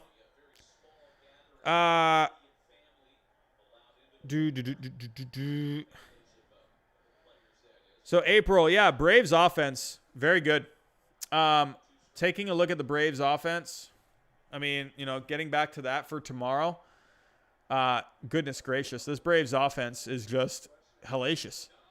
It's incredible. You got Travis d'Arnaud. Oh, what a catch! Josh Naylor just went flying like Superman. Wow. Josh Naylor. Did anyone see that catch? Josh Naylor just flew. Wow, look at this catch. Wow, look at Josh Naylor. Look at that. Wow, look at Josh Naylor, huh? Anyway, looking at the Braves offense here. So here are their leaders this year in wins above replacement. You got Max Fried. He's been pitching great. Freddie Freeman, MVP candidate. Dansby Swanson has been very good this year. Marcell Ozuna has been a solid addition for the Braves. Ronald Acuna Jr., he's not having that, 40-40 season, but that potential 40-40 season he almost had last year, but he's still been very good. Ian Anderson, he's really stepped up in the rotation. AJ Minter, Chris Martin, Mark Melancon, Shane Green, Tyler Matzek. These guys are having solid years. Oh, that's hit deep. Oh, that's gone! Giancarlo Stanton has left the yard. Giancarlo Stanton. He has basically not even played for the last couple of years, but he takes one deep. Wow. Giancarlo Stanton, he has arrived in the postseason. What a laser that was. Woo! Wow, that was just a shot. Wow. Giancarlo Stanton. That is something you would love to see as a Yankee fan. Just seeing Giancarlo playing well, but going deep when it matters most. This game's already out of reach, but you love to see it as a Yankee fan. Wow. Sports with AJ is probably running around in his front yard right now. But yeah, I mean, this offense for the Braves tomorrow, I mean, like I said, Trevor Bauer, don't be surprised if he gets knocked around. Don't be surprised. Do not be surprised. Cooper Nelson, who do I think is going to win? I'm not giving up on the Twins just yet. I'm not giving up. Here we go. Let me go back here. Yankees-Indians. But yeah, I'm not giving up on the Twins just yet. I don't think it's fair to give up on them. I'm really ticked off with the Twins today. Just unacceptable. Unacceptable. It's every single year for the Twins. You have a good team, you get to the playoffs, and then you just get bounced in either the wild card or in the first round. I'm tired of it. They got to be tired of it. They got to be pissed off, right? In that clubhouse after the game, dude. If Josh Donaldson doesn't play tomorrow, that is going to be something. I understand. You know what? I'm hoping Josh Donaldson today, I am hoping he was trying to play in that game. I'm hoping. And I'm hoping he was basically just told no. That's what I hope. I hope he didn't just want to sit out. I don't know. But as a Twins fan, I think you should feel okay about tomorrow. I mean, you got Jose Barrios, who's been pretty good as of late. If we go take a look at Jose Barrios. Wow, I typed that in horrible. Jose Barrios. So he's going game 2 tomorrow. But for the most part, he's been pretty solid for the most part this year. It seems kind of like he's on line with how he was pitching last year. A few more strikeouts this year, more walks though. Yankees get on. Who was that? That was Gleyber Torres. Gleyber Torres having himself a night. Gleyber Torres 4 for 4 on the night. He hasn't really had that great of a season. Bit inconsistent this season. 243 on the year, but he's having a good night tonight. I'll tell you, man, the Yankees, they're turning it on when it matters most. So, we got a pitching change. But Jose Barrios for tomorrow, I mean, pretty okay year for Barrios. I don't want to say it's like great. But taking a look at how he's pitched lately. He kind of got knocked around a little bit by the Reds. But for the most part, he has pitched pretty well. Before that loss, he hadn't lost in 6 games. So I think Barrios is going to give you, if you look at kind of how he's been, the thing with Barrios this year, he's walking more guys, and that's preventing him from going deeper into games. So, look at this: 5 innings, 6 innings, 5 innings, 5 innings, 6 innings. I don't know. That's the one thing the Twins need someone to go deep into a game. 7, 8 innings. You need that. Lucas Giolito went 7 innings today. Garrett Cole went 7 innings today. You need that. You need a guy to go deep. Blake Snell, he didn't really go that deep today, but hey, that's the Rays. The Rays could have a guy go 2 innings and they'll still win a game. But yeah, I think the Twins, I think they need Barrios to go at least 6 innings tomorrow. He needs to give that offense a chance. He can't be having one of these starts, like a 5-inning, 4-run game. He needs to go like a start like this, like 6 innings, no runs. Give the Twins a chance to get a couple runs on the board. But that bullpen kind of blew it today. So you would hope that he could definitely give you a deeper start tomorrow, kind of just to take some pressure off of the bullpen, especially how they did today. I'm gonna say the Twins. I'm gonna say they find a way to win tomorrow. I just don't think I understand the Astros. They have some guys. They got all the postseason experience. Cheating or not, they have the postseason experience. I think the Twins are still a very good team, and I think today was a bit of a blip on the radar a little bit. I think Donaldson, he's gonna play tomorrow. Let's actually check on Josh Donaldson.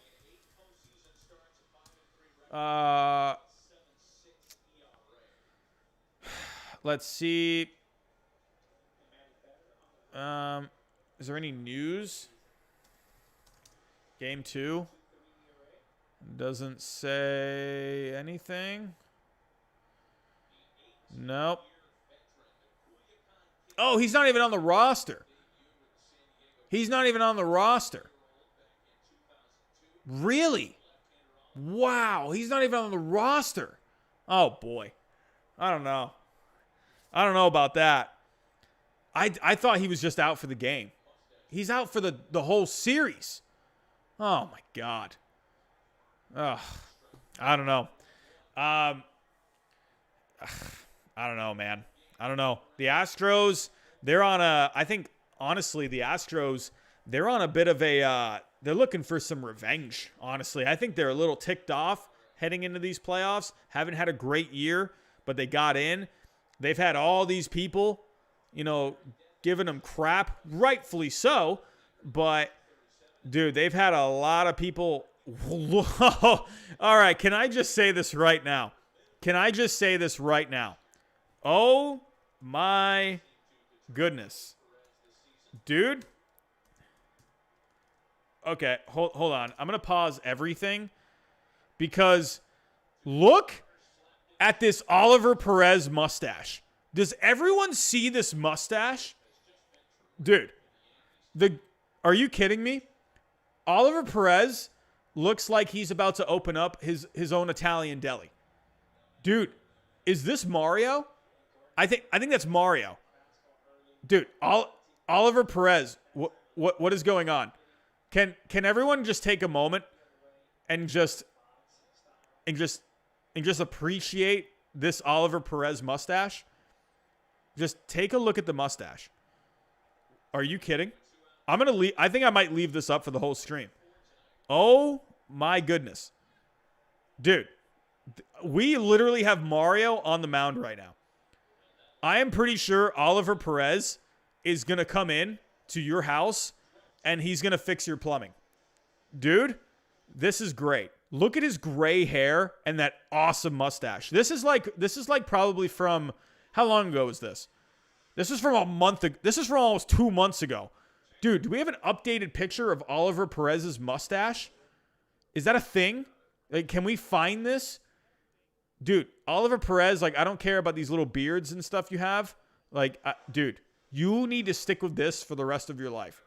Oliver Perez, if you don't keep this mustache for the rest of your life, I'm going to be extremely disappointed. Can we please just take one more look at this mustache? This might be the best thing I've ever seen. I mean, dude, and this picture is from over almost 2 months ago. Did anyone just see that? I am absolutely ecstatic right now. I love myself a good beard, but dude, when a dude can have that good of a mustache with the gray hair, I mean, come on, dude. Honestly, I think the Indians are going to come back in this game. They're going to score like 12 runs in the bottom of the ninth because of this mustache. I'm just going to say it. Dude, I'm going to say it. That mustache is going to, wow. Does anyone see how happy I am over this mustache? Anyway, but yeah, either way. But for the Twins tomorrow, it's you know, I don't know. I don't know about this Twins team, man. I'm very disappointed after today. They had their best guy pitching today in Kenta Maeda. You know, they're going to have Jose Barrios twirl a gem tomorrow. They got, I mean, you know, they got no Donaldson. They're going to have that offense step up. So, I mean, I don't know. It's going to take a team effort.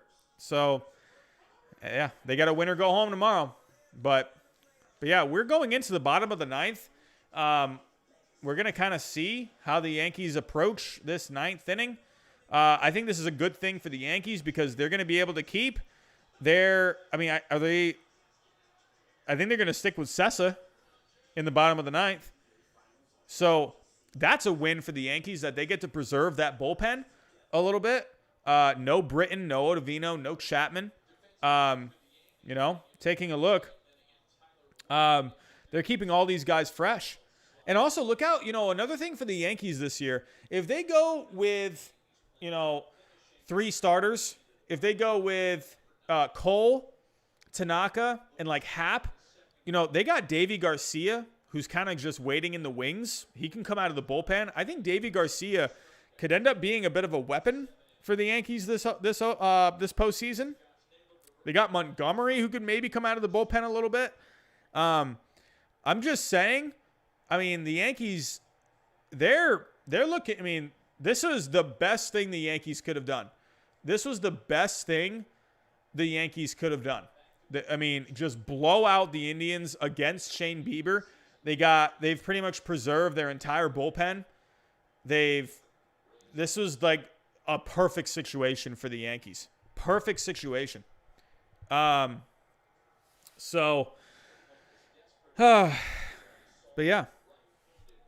Any Any last comments or questions that you want to get in here before we get out of here for the night? Now is the time.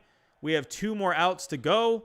Super Chats are on. Link to Super Chat is in the description. You can donate either one of those. If you do, it'll have a question pop up on the screen. But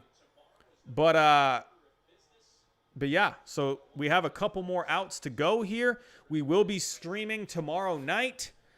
We got a lot of baseball on tomorrow night, so let's quickly go over the schedule for tomorrow. Going over for tomorrow. We got a lot of baseball on tomorrow. We got a full stack of games tomorrow. We got the Reds and the Braves on at 12 o'clock. We got the Astros and the Twins on at 1. We got the Marlins and the Cubs on at 2. Here, let me go over the pitching matchups real quick. Max Fried is going for the Braves. Bauer is going for the Reds. Barrios, like I mentioned earlier, he's going for the Twins. Houston still does not have a starter determined. So that's why I think maybe the Twins, I think they could win that game tomorrow because Houston doesn't really even have a starter for tomorrow as of yet. I think they're probably going to go with Urquidy. They could go with McCullers Jr. But for the Cubs, interesting for the Cubs. They're going Kyle Hendricks in game 1. They're not going Yu Darvish. So they're saving Darvish for a possible for a game 2. Interesting for Miami. Oh, wow. Naylor, man. Naylor is having a game. A double for Naylor. A double for Naylor. Yeah, so Alcantara, he's going for Miami. Interesting that Miami's not going with Pablo Lopez. This is an interesting matchup. Guys that kind of induce a lot of ground balls. Marlins and Cubs, so that's going to be interesting. White Sox and A's. Oakland going with Bassett in game 2. White Sox going with Keuchel. Blue Jay. This is going to be a good matchup. This is going to be good. You got Glasnow for the Rays going up against Ryu. So this is the Blue Jays' kind of last chance. Well, this is their last chance to stay in this series. So, or, you know, I mean, it's win or go home for the Blue Jays here. Interesting matchup for the Padres. They got Chris Paddock. Chris Paddock has been struggling this year, but he's going game 1. He has got the nod for game 1 while the Cardinals are going with Kim. This is going to be a very interesting matchup. We're going to be right back here again tomorrow night with the Yankees and the Indians. Carrasco against Tanaka. This is going to be a fun one. And then we got a late game on tomorrow night. We got the Brewers and the Dodgers. Walker Buehler going up against Suter. So very interesting that the Brewers, a lot of interesting strategy with going with certain pitchers. Like, for instance, the Cubs not going with Yu Darvish for game 1. I don't know. I'm a guy where I personally think you got to go with your ace game 1. I mean, you don't got to do anything. But, I mean, what do I know? I don't work in baseball. I'm not on their coaching staff. But I don't know. I mean, it's pretty common to go with your ace game 1. Because you have to think about it, too.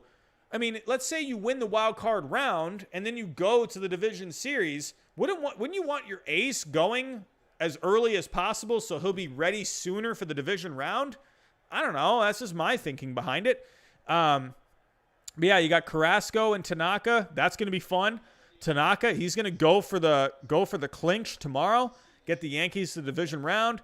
But yeah, Dodgers, they're keeping Kershaw fresh. They're going with Buehler. So that's going to be interesting. We got a full slate of games on tomorrow. Every single wild card game is on tomorrow. That's going to be a lot of fun. Tomorrow, I'll probably start right around 7 o'clock, I would say. 7 or 8 o'clock tomorrow. We got a pop up to left, and he is out. The Indians are down to their last out. So for the Indians today, just a really disappointing game for the Indians today. You got your guy on the mound in Shane Bieber, and he just threw a dud today. He gave up 14 runs all season, and then he gives up 7 runs. He gave up 50% of the runs that he gave up all season, and he gives it up against the Yankees tonight. The Yankees, if this is how the Yankees are going to be looking in the postseason, be scared. Be very, very scared of this Yankees team.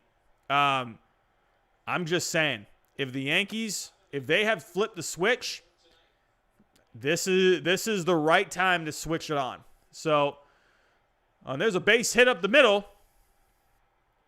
And Naylor's coming home. Look at Naylor. He is just chugging to home plate. Look at that hair just flipping all around. Naylor, and the Indians are not dead yet. It's 12-3. 12-3. Could the Indians put together the most miraculous comeback of all time and score 9 more runs with 2 outs? So yeah, April. So tomorrow, I'll probably be starting around like 7, maybe 8 o'clock. I'll probably say 7 tomorrow. Probably say 7 o'clock tomorrow. That'll probably be a good time. But the Yankees are trying to close this game out. There's a ball for a 1-0 count. Indians down to their last out. They got Delino DeShields up. We got a run around first. Indians trying to do anything they can to try and keep this game alive, and that is looking very, very improbable at the moment. He throws a strike, and it is a 1-1 count. But Bieber today, very disappointed in Shane Bieber today. But tomorrow, they got Carlos Carrasco. He has been solid this year. That's the one thing about the Indians is they have some starting pitching. Bieber, he gave up the dud today. But, hey, you got another guy that can go tomorrow, too, that can twirl a gem. Carrasco, he has been no joke this year. But this Yankees offense, if this is how the Yankees are going to be playing in this postseason, I mean, it's kind of hard to go with Carlos Carrasco tomorrow, especially against Tanaka, who just knows how to pitch. And that's a ground ball onto short, onto first. And the Yankees have won Game 1. The Yankees win. The Yankees win. Sorry, my Red Sox fanism almost took over right there. Sports with AJ. I said the Yankees were going to lose this series, and I'm looking awful right now. My pick of the Indians are looking awful right now. I had a bad start to today with my predictions. I got the White Sox looking good, but my pick of the Twins, well, I got the Rays too. That's looking pretty good. So I'm like 2 for 4. I'm batting 500. I'd say that's okay. Hey, in baseball, if you're batting 500, you're doing pretty good. So, but yeah, I'm not looking forward to my Indians pick the rest of the way. The Twins really had a dud of a game today. They had some people in the stands. Were those people that worked there? Look at all those cardboard cutouts. Goodness. Oh, and I forgot to mention this too. The Twins, they had a chance today too. They had the bases loaded in the first inning. Oh, so disappointing today. What a play from Bregman. What a play from Bregman. That completely saved the Astros. Wow.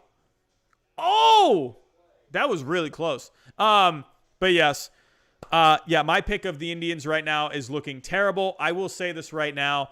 I'll tell you, my gut wanted to go with the Yankees, and I let my head take over too much, and that is looking like it's going to come back and bite me. Should have went with my gut. Should have went with the Yankees. I picked the Yankees to win the World Series before this season started, and I should have stuck with that. At least I should have rode them out a lot farther than the wild card round. Silly me, very silly of me to go with the Indians. But the Indians aren't dead yet. They got 2 more chances to try and get to the next round. But the Yankees, they're looking very good right now. Very, very good. So that is all I have for tonight, everyone. It has been, once again, a pleasure.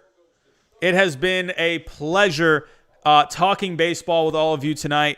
I'm excited. We got a full slate of games on tomorrow. We got 8 games of playoff baseball on tomorrow night. So look for around probably 7 o'clock tomorrow. I'd say that's a good time for me to start up things tomorrow.